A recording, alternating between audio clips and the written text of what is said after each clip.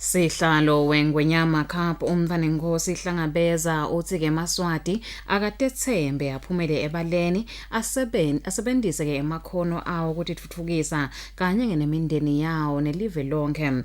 uMntwanenkosi ukhulume-ke eshiselweni lapho khona bekunemigcuzelwano weNgwenyama Cup ngaphansi kweluhlangothi lwemasiko. Sinembiko. Umqhudelwano weNgwenyama Cup lohlangothi lwetemasiko lesewufuthumele uqhubekile esifundeni sasekushiselweni lapho khona kusinywa kwadedelwana enkundleni. Lo mncintiswano ufika kulesigaba ucela esifundzeni sakaManzini waqhubekela kaHhohho kanti waqhubekela naselubonjeni. Emacembu aqhudelana etingonini letifaka ekhatsi Timbongi, Luthango, Ingadla, Sibhaca nalaqebetelako.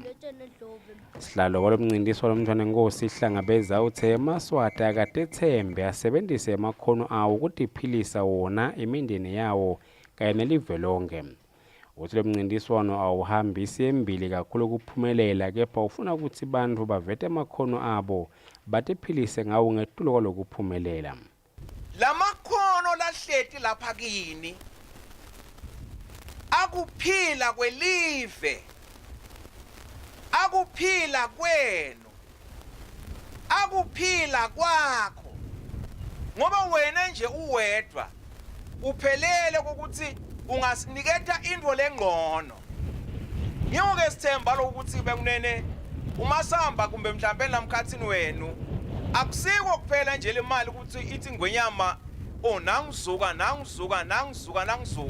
yebo zuka ukhona, yebo zuka ngeke umthole namuhla, kepha ke lelikhona kuwe alisilo lona lodwa ngoba nini labanye kambe vele empeleni bahleti nje uthembe umsebenzi wakhe, uthembe awuhola, uthembe lomnyetho cha kumbe yena uyalima, lomnye uthembe ukuthi unani yakhe.